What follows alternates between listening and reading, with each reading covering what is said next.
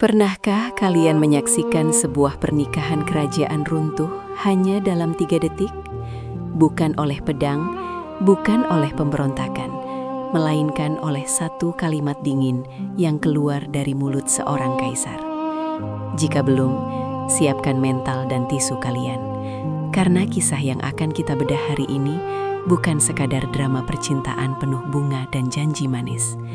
Ini adalah potret telanjang dari kekuasaan, pengkhianatan, dan cinta yang diinjak tanpa ampun. Bayangkan aula istana yang berkilauan, lentera emas menggantung megah, musik pernikahan mengalun lembut. Sang ratu berdiri anggun di tengah pesta, mengenakan senyum yang ia jahit dengan harapan. Namun harapan itu hancur seketika saat kaisar membuka mulutnya. Tak ada teriakan, tak ada amarah, hanya satu kalimat tenang, dan dunia sang ratu runtuh. Tatapan para bangsawan berubah, bisik-bisik menyayat telinga, dan di tengah kemewahan yang memabukkan, ia berdiri sendirian, dipermalukan. Air mata yang jatuh bukan sekadar tangisan cinta, melainkan ratapan harga diri yang dihancurkan di depan seluruh kekaisaran. Inilah momen paling savage sekaligus paling menyedihkan dalam kisah Dracin. Tangisan ratu di tengah pesta mewah. Bukti bahwa luka terdalam seringkali datang dengan suara paling pelan. Dalam dunia drama sejarah Tiongkok atau yang akrab kita sebut Dracin, ada satu trope yang nyaris selalu berhasil menaikkan tensi darah sekaligus menguras air mata penonton. Public humiliation alias penghinaan di depan umum. Ini bukan soal putus cinta diam-diam di taman berbunga, bukan pula pertengkaran lirih di balik tirai kamar. Ini adalah kehancuran hubungan yang dipentaskan secara kejam, disuguhkan sebagai tontonan bagi ratusan pasang mata. Para pejabat istana, selir berwajah datar, bangsawan penuh senyum palsu, dan tamu undangan yang haus gosip. Bayangkan aula perjamuan yang megah, musik berhenti. Semua mata tertuju pada singgasana. Sang kaisar berdiri, suaranya tenang, terlalu tenang untuk sebuah akhir. Mulai hari ini, gelar permaisuri dicabut. Kau tak lagi layak berdiri di sisiku. Seketika aula membeku. Yang mulia, apa maksud perkataan ini? Tatapannya bergetar, namun ia masih berharap. Kaisar menoleh, dingin. Maksudku jelas, jangan memaksaku mengulanginya di depan semua orang. Bisik-bisik meledak seperti hujan belati. Selir menunduk menahan senyum, pejabat pura-pura tuli. Ratu berdiri terpaku, air mata jatuh di lantai giok yang dingin. Inilah kekejaman public humiliation.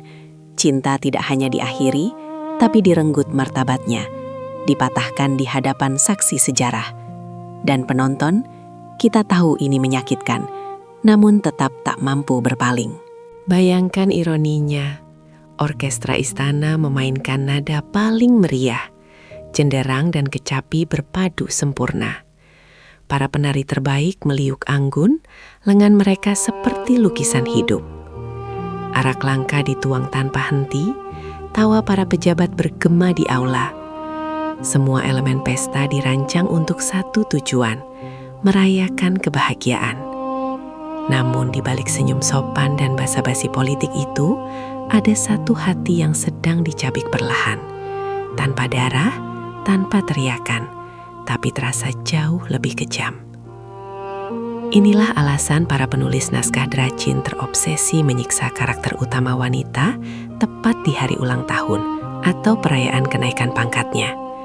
Karena disitulah kontras paling menyakitkan lahir. Bahagia di luar, hancur di dalam. Saat seorang wanita berdiri di puncak hidupnya, satu kalimat bisa menjatuhkannya ke jurang terdalam. Pejabat istana, selamat atas hari bahagia Anda yang mulia. Ia tersenyum, menunduk anggun. Tokoh wanita, terima kasih atas doa baiknya. Lalu kaisar mengangkat cawan, suaranya terdengar jelas. Kaisar, karena ini hari perayaan, ada satu pengumuman kecil. Aula sunyi. Kaisar, mulai malam ini, wewenangmu dialihkan. Anggap saja hadiah. Senyumnya membeku. Musik kembali dimainkan, lebih keras dari detak jantungnya. Inilah sadisme emosional khas Dracin, membuat penonton sadar bahwa pesta paling megah seringkali hanyalah latar bagi tragedi terdalam. Mari kita masuk ke studi kasus kita hari ini. Kita sebut saja dia Ratu Li Wei. Dulu, sebelum mahkota dan intrik menjadi racun, Li Wei adalah cinta pertama kaisar. Bukan cinta hasil perjodohan politik, melainkan janji polos dua anak muda yang percaya dunia bisa ditaklukkan dengan saling menggenggam tangan. Di bawah pohon persik yang sedang berbunga, jauh dari telinga istana, mereka bersumpah sehidup semati. Kaisar muda, jika suatu hari aku duduk di singgasana naga, hanya kau yang akan berdiri di sisiku. Li Wei, jika kau jatuh, aku yang akan menarikmu bangkit. Jangan pernah meninggalkanku. Penonton diajak percaya bahwa cinta ini tak tergoyahkan. Dan Li Wei membuktikannya. Dia bukan wanita lemah yang hanya hidup dari air mata. Saat kaisar masih pangeran terbuang, Li Wei menjahit pakaiannya sendiri, menjual perhiasan terakhirnya, bahkan berdiri sebagai perisai saat bahaya mengintai. Li Wei, mahkota itu berat, jika kau goyah, sandarkan pada bahuku. Kaisar, tanpamu, aku tak akan sampai sejauh ini. Ia menemaninya dari lumpur pengasingan hingga darah perebutan tahta, dari malam lapar hingga fajar kemenangan. Ketika kaisar akhirnya naik tahta naga, Li Wei berdiri di sampingnya, bukan sebagai hiasan, melainkan sebagai saksi hidup dari semua pengorbanan. Ironisnya, justru dari titik inilah tragedi terbesar mereka perlahan dimulai. Malam itu seharusnya menjadi puncak kejayaannya. Aula utama istana diterangi ribuan lentera, dan jenderang perayaan dipukul khusus untuk perjamuan ulang tahun permaisuri. Li Wei duduk di depan cermin perunggu selama berjam-jam, membiarkan dayang-dayang merapikan setiap helai rambutnya. Ia mengenakan jubah phoenix merah, warna yang hanya boleh dipakai wanita dengan kekuasaan tertinggi di harem, simbol bahwa ia adalah ratu dari para ratu. Ia menatap pantulan dirinya, menenangkan degup jantung yang terlalu berisik. Hari ini, semuanya akan baik-baik saja. Dalam benaknya, malam ini adalah titik balik. Rumor tentang dinginnya kaisar, bisik-bisik tentang selir baru, semua akan ditepis dengan satu gestur manis di depan umum. Sebuah pengakuan, sebuah hadiah, atau setidaknya sebuah tatapan hangat seperti dulu. Saat kaisar memasuki aula, Li Wei bangkit, senyumnya sempurna. Yang mulia berkenan hadir di hari ulang tahunku, ini kehormatan besar. Kaisar mengangguk singkat. Perjamuan ini memang sudah sepantasnya megah. Jawaban itu dingin, tapi Li Wei memilih percaya. Ia menggenggam cawan araknya, menunggu momen yang ia bayangkan sejak pagi. Ia tak tahu, di balik musik meriah dan kilau emas, malam ini bukan tentang perayaan, melainkan tentang akhir dari semua harapan yang selama ini ia pertahankan sendirian. Saat pintu gerbang aula utama terbuka, Li Wei melangkah masuk. Lihatlah posturnya. Tegak, anggun, penuh wibawa, seorang permaisuri yang sah. Bahunya lurus, dagunya terangkat dengan martabat yang ditempa oleh tahun-tahun pengorbanan. Ia tahu ratusan pasang mata sedang menilainya. Para pejabat mengukur kekuasaan. Selir membaca celah. Tamu undangan mengendus gosip. Setiap langkahnya diiringi gemerincing perhiasan emas. Indah, mahal, dan berat. Seperti takdir yang ia pikul. Bisik-bisik merambat. Pejabat. Auranya masih sama. Tak tergoyahkan. Selir lirih. Phoenix merah. Dia masih percaya. Li Wei melangkah di atas karpet merah, menuju singgasana di sisi kaisar. Ia tersenyum tipis. menyimpan cemas di balik etika istana. Li Wei, yang mulia. Kaisar menoleh sekilas. Duduklah. Nada itu datar. Tak ada kehangatan. Namun Li Wei memilih menafsirkan diam sebagai ketenangan sebelum kabar baik. Musik kembali mengalun. Cawan diangkat. Kaisar berdiri. Kaisar, malam ini, demi ketertiban istana, ada keputusan yang harus diumumkan. Jantung Li Wei berdebar, lalu terhenti. Ia baru menyadari, karpet merah ini bukan jalan kehormatan. Ini adalah lorong sunyi menuju eksekusi mental, di mana satu kalimat akan mematahkan segalanya. Tanpa darah, tanpa ampun, di hadapan seluruh kekaisaran. Namun, perhatikan reaksi kaisar di singgasana. Tidak ada senyuman kecil yang biasa ia berikan. Tidak ada tangan terulur untuk membantu ratu duduk di sisinya. Ia hanya duduk tegak, wajahnya sedingin es musim dingin. Mata menatap lurus ke depan, kosong, jauh. Seolah kehadiran istrinya sendiri hanyalah gangguan kecil dalam agenda negara. Li Wei berhenti sejenak, senyumnya nyaris goyah. Yang mulia? Tak ada jawaban, bahkan tatapan pun tidak. Seorang Kasim berdeham canggung. Musik dipercepat, menutupi keheningan yang memalukan. Li Wei duduk sendiri, merapikan lengan jubah feniksnya, berpura-pura tenang. Mungkin dia lelah, mungkin urusan negara. Disinilah red flag pertama muncul, yang hampir selalu diabaikan oleh karakter utama wanita Dracin. Bahasa tubuh tak pernah berbohong. Jarak yang sengaja diciptakan, kehangatan yang dicabut di depan umum, pengakuan diam bahwa sesuatu telah berakhir. Namun Li Wei memilih menutup mata, karena harapan adalah candu paling mematikan. Kaisar akhirnya berbicara tanpa menoleh. Perjamuan bisa dimulai. Satu kalimat dingin. Bagi semua orang itu formalitas. Bagi Li Wei itu adalah sinyal pertama bahwa malam ini bukan miliknya, dan bahwa ia telah duduk sendirian, bahkan sebelum kata-kata kejam dijatuhkan. Tepat ketika pesta baru saja dimulai, dan ratu hendak mengangkat gelas untuk sulang pertama, gangguan itu datang. Terlambat, tapi terencana. Pintu aula kembali terbuka. Seorang wanita melangkah masuk dengan langkah ragu yang nyaris teatrikal. Dialah Seliryu, kesayangan baru yang namanya berbisik di sudut-sudut istana. Semua mata beralih, musik tersendat. Kasim. Seliryu memberi hormat atas keterlambatannya. Seliryu menunduk dalam-dalam. Seliryu gemetar. Hamba terlambat karena tubuh hamba kurang sehat. Mohon ampun yang mulia. Li Wei menahan napas. Gelasnya berhenti di udara. Li Wei tenang. Perjamuan sudah dimulai. Duduklah. Kaisar akhirnya menoleh, bukan ke ratu. Kaisar lembut. Jika tak sehat, seharusnya kau tak memaksakan diri.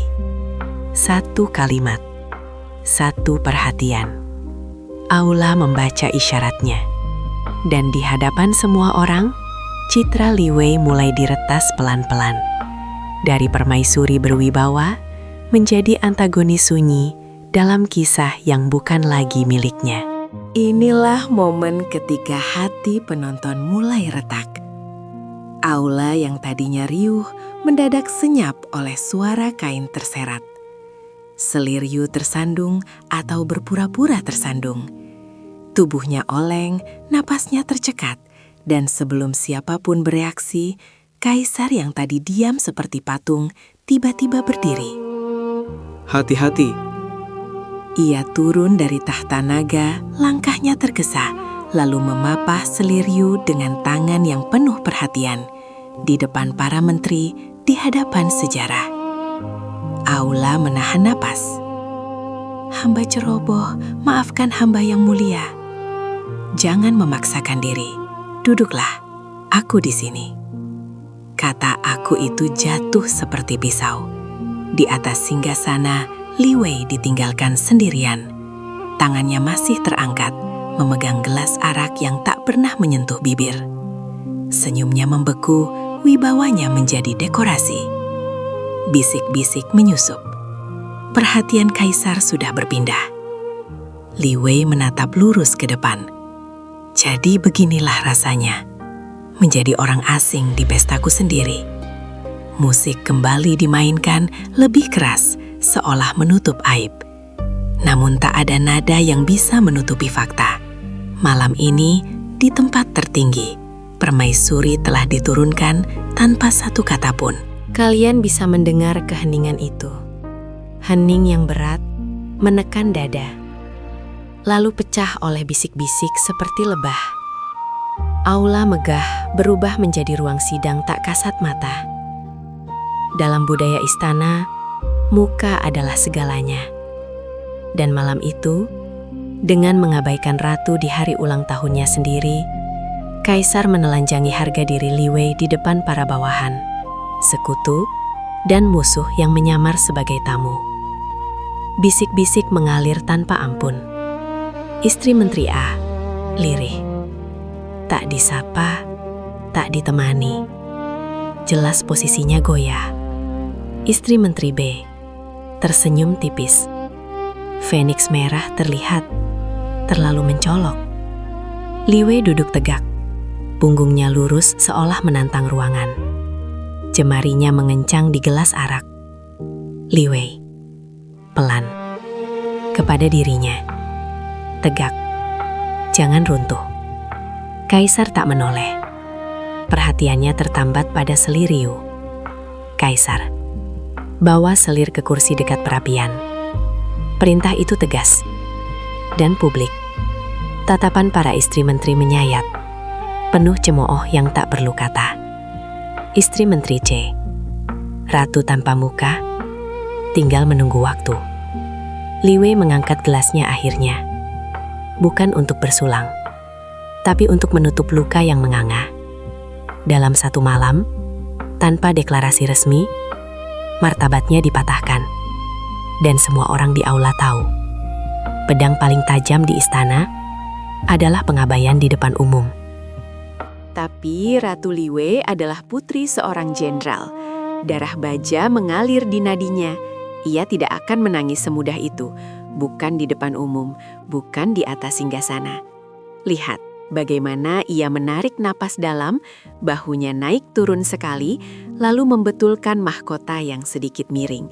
Gerakan kecil, tapi penuh tekad. Bibirnya dipaksa tersenyum, senyum yang dipelajari dari tahun-tahun bertahan hidup di istana. Ia berdiri perlahan, aula menahan napas. Perjamuan ini untuk merayakan kebahagiaan. Izinkan aku bersulang. Tak ada yang menimpali, tak ada gelas terangkat. Namun Li Wei tetap mengangkat cawannya, sendirian. Untuk kedamaian kekaisaran. Arak menyentuh bibirnya, senyum itu tetap terpasang meski matanya berkabut. Istri menteri berbisik, lihat, dia masih berdiri. Istri menteri lain, itu bukan kuat, itu terlatih. Kaisar tetap membelakangi, musik kembali mengalun, terlalu ceria. Dan di sanalah ironi paling kejam. Ketegaran Li Wei, ketidakmauannya runtuh, justru membuat adegan ini semakin menyedihkan. Karena kita tahu, di balik senyum yang disulam paksa itu, hatinya sedang hancur lebur. Ia tidak menangis, ia bertahan. Dan itulah yang paling menyakitkan.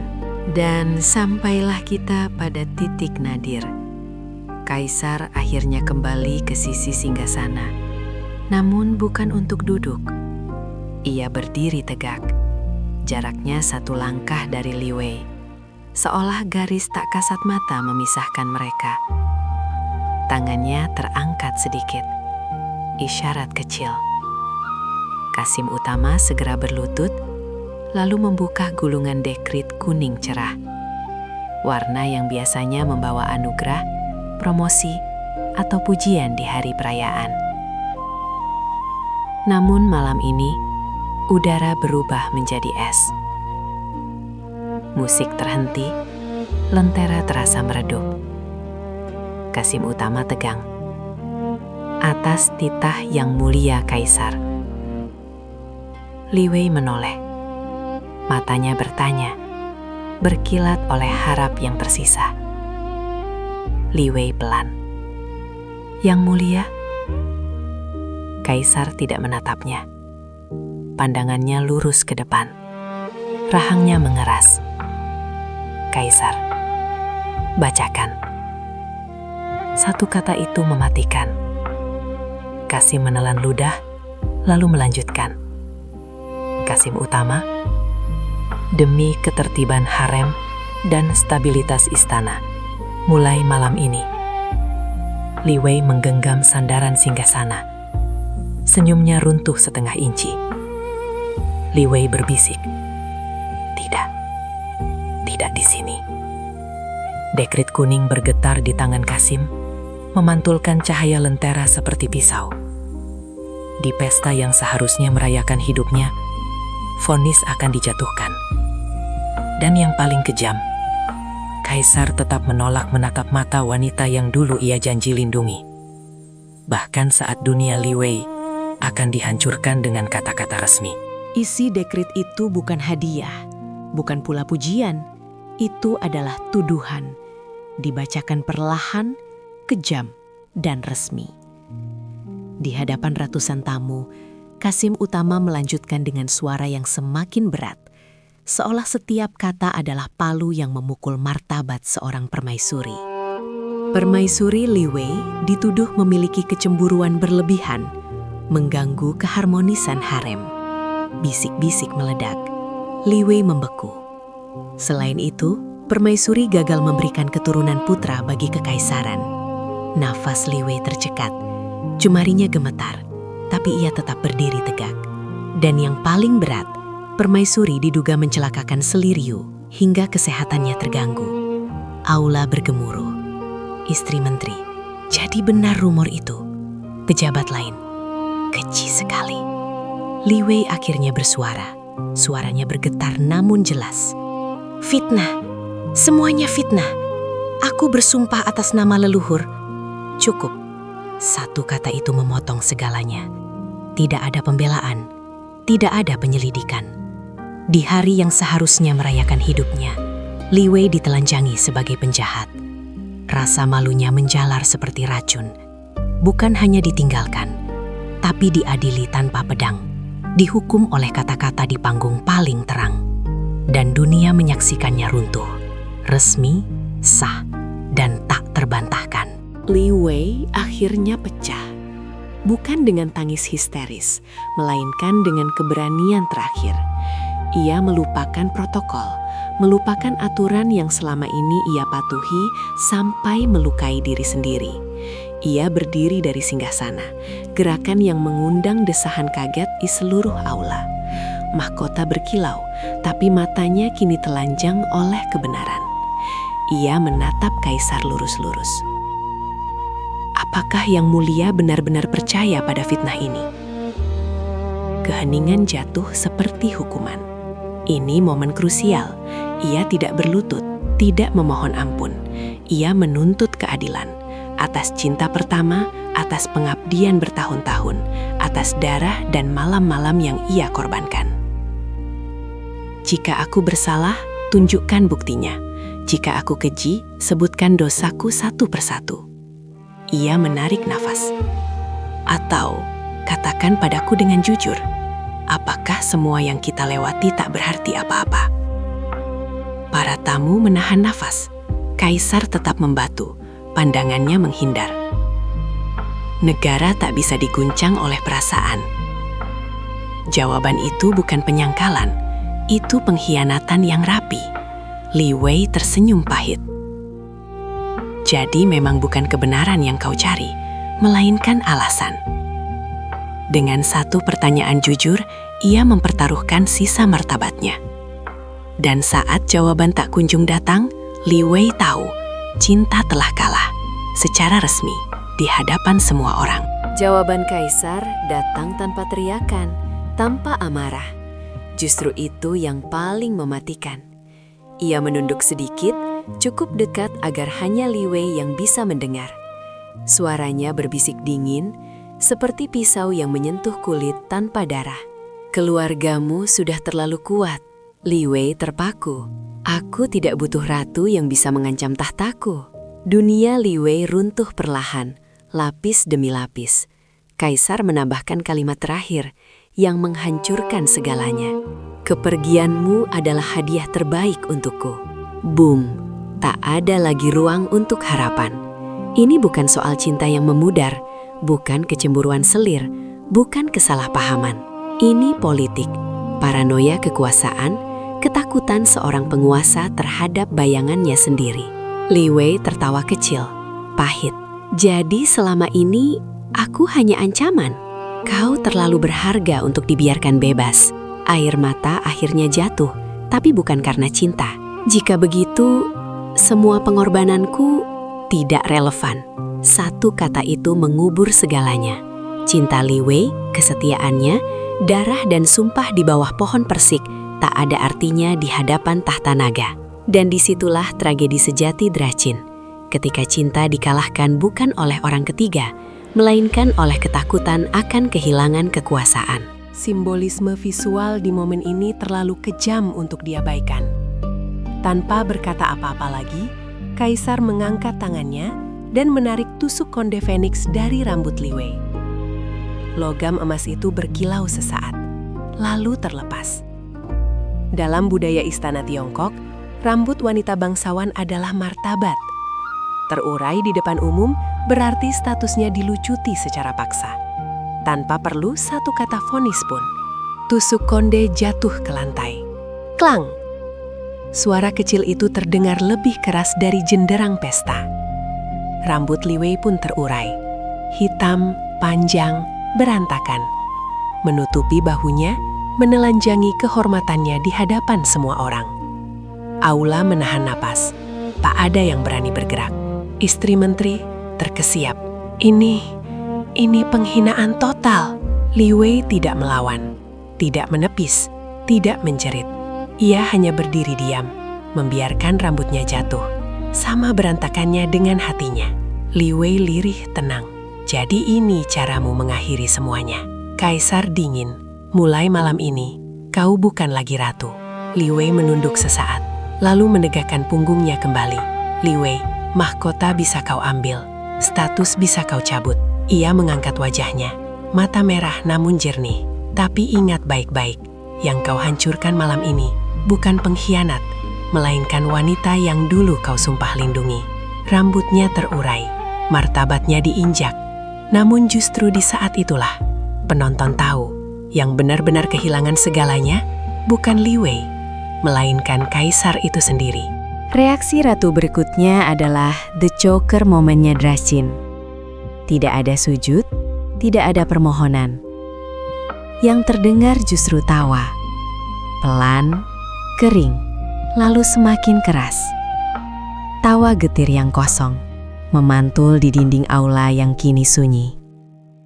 Lentera bergetar, para tamu membeku. Tawa itu menyayat lebih dalam daripada jeritan manapun. Hah, hah. Ia menutup mata sesaat, bahunya bergetar. Bukan karena takut, tapi karena sadar. Hah, aku bodoh. Kaisar menoleh, terganggu. Apa yang lucu? Li Wei membuka mata. Air mata menggenang, namun tawanya tak berhenti. Lucu karena aku pernah percaya bahwa cinta sejati bisa hidup di istana yang penuh ular berbisa. Bisik-bisik mati, tak ada yang berani menyela. Aku menertawakan diriku sendiri, yang menukar pedang ayahku dengan janji manis.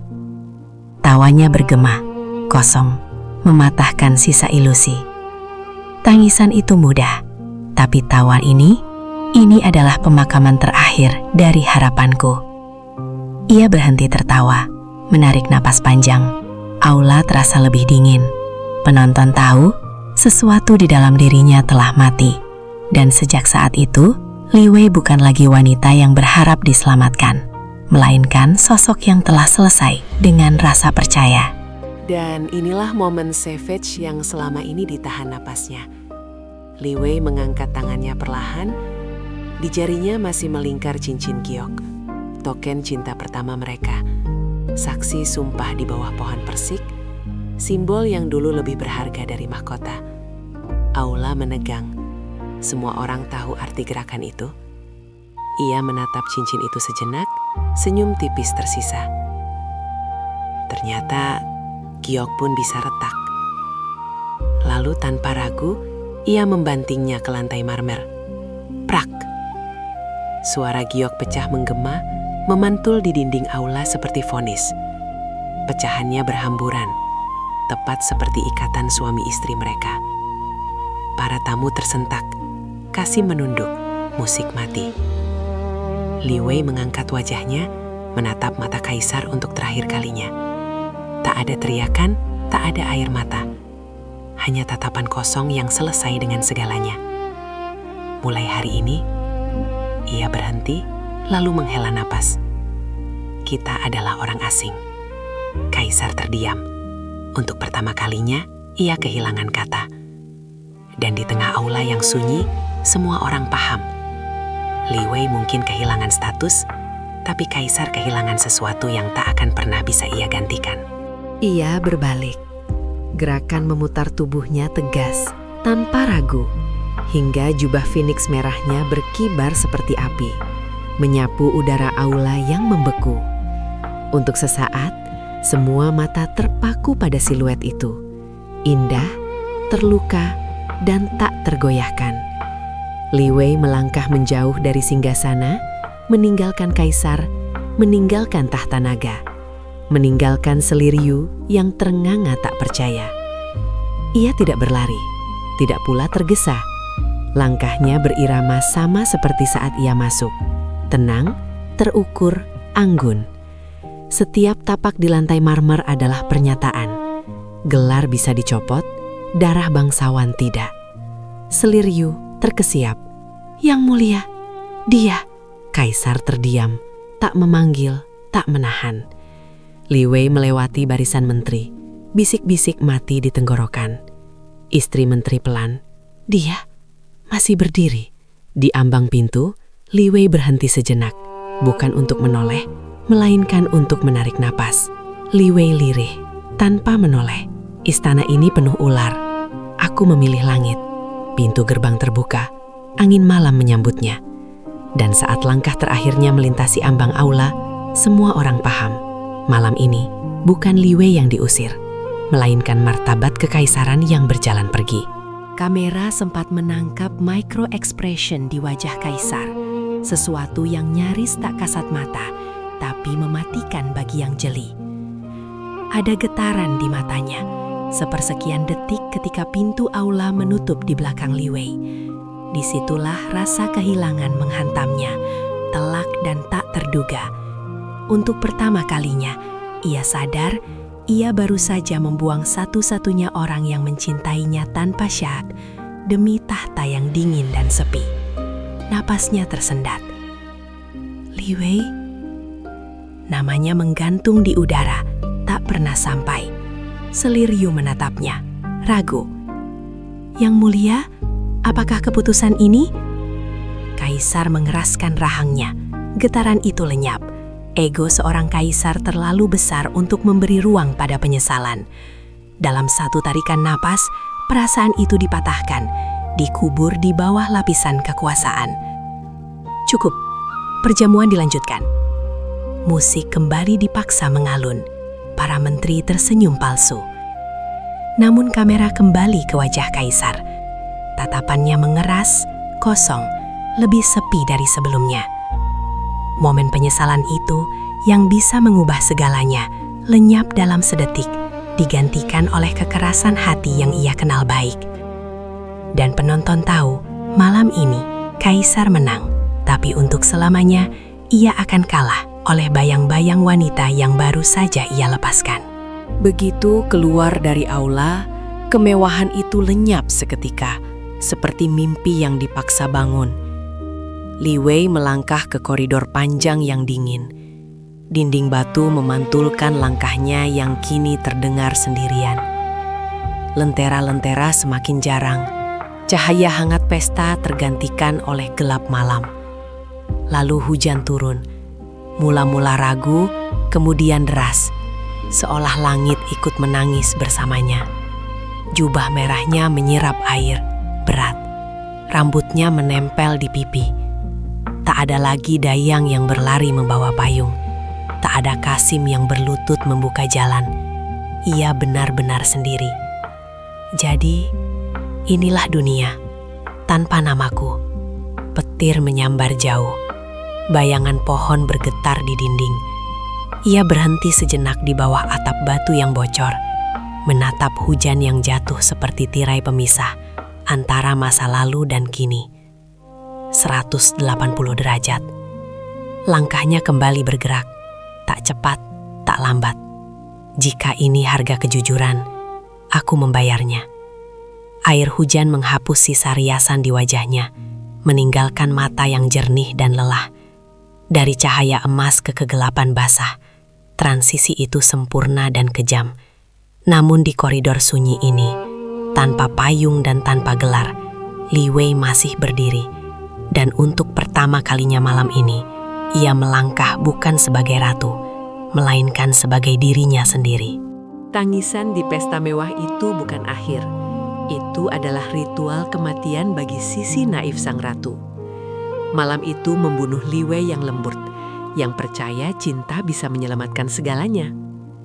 Hujan mengguyur, koridor kosong menjadi saksi. Li Wei berhenti, menengadah, lalu tertawa kecil, bukan getir, tapi tenang. Jadi, inilah akhirnya. Ia mengepalkan tangan, merasakan dingin batu di bawah telapak. Tidak, ini awal. Kamera mendekat, tatapannya berubah, tajam, terjaga. Cinta mengajarkanku bertahan, pengkhianatan mengajarkanku menang. Ia melangkah maju. Hujan tak lagi terasa. Mulai malam ini, aku tidak akan meminta keadilan. Ia tersenyum tipis. Aku akan menciptakannya. Ini bukan ratapan, ini deklarasi. Yang mati adalah kepolosan, yang lahir adalah tekad. Setelah malam ini, Li Wei bukan lagi wanita yang berharap dipeluk istana. Ia adalah api, dan dunia yang membakarnya dulu akan ia bakar kembali. Sebagai penonton, kita merasakan kepuasan yang aneh, bahkan kontradiktif. Dada kita sesak melihat bagaimana Li Wei dihina, dilucuti martabatnya di depan umum, dipatahkan dengan kata-kata resmi yang dingin. Ada amarah, ada iba, ada rasa tidak adil yang mengendap hama.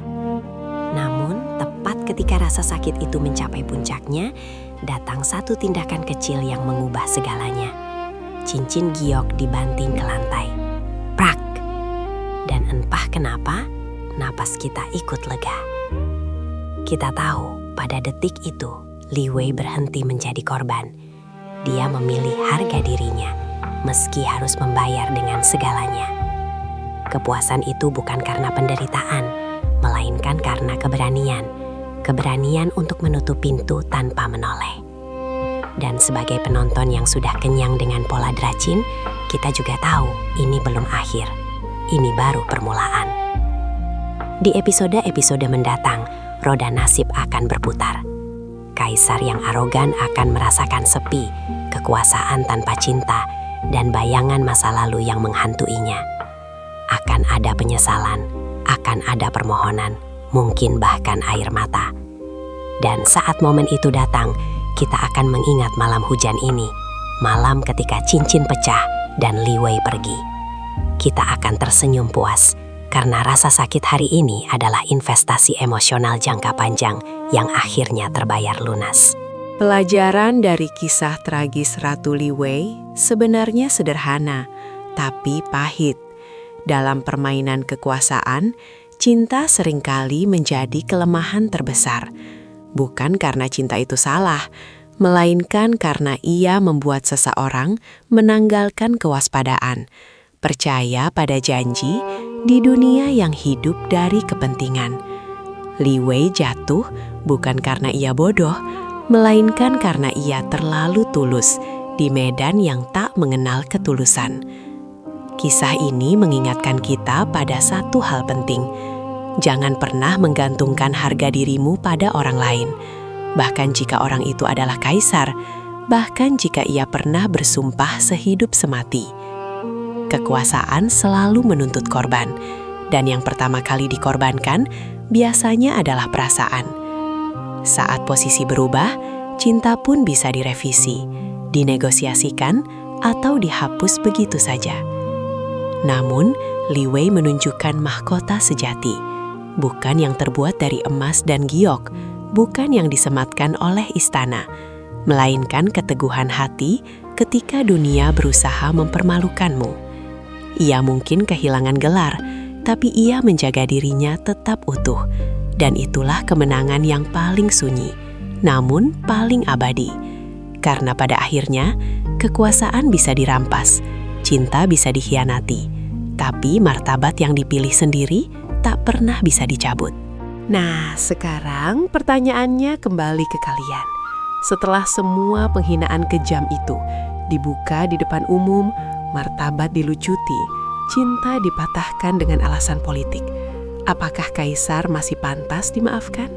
Atau justru ada batas yang sekali dilanggar tak pernah bisa diperbaiki lagi? Apakah penyesalan di kemudian hari cukup untuk menebus luka yang ditanamkan di malam itu? Tulis pendapat kalian di kolom komentar. Aku pengen tahu, tim forgive atau tim burn the world? Dan kalau hati kalian ikut teriris, jangan lupa like video ini. Itu tandanya ceritanya sampai. Subscribe juga biar nggak ketinggalan pembahasan drama-drama Dracin yang sakit jiwa, penuh penghinaan, air mata, dan kepuasan gelap.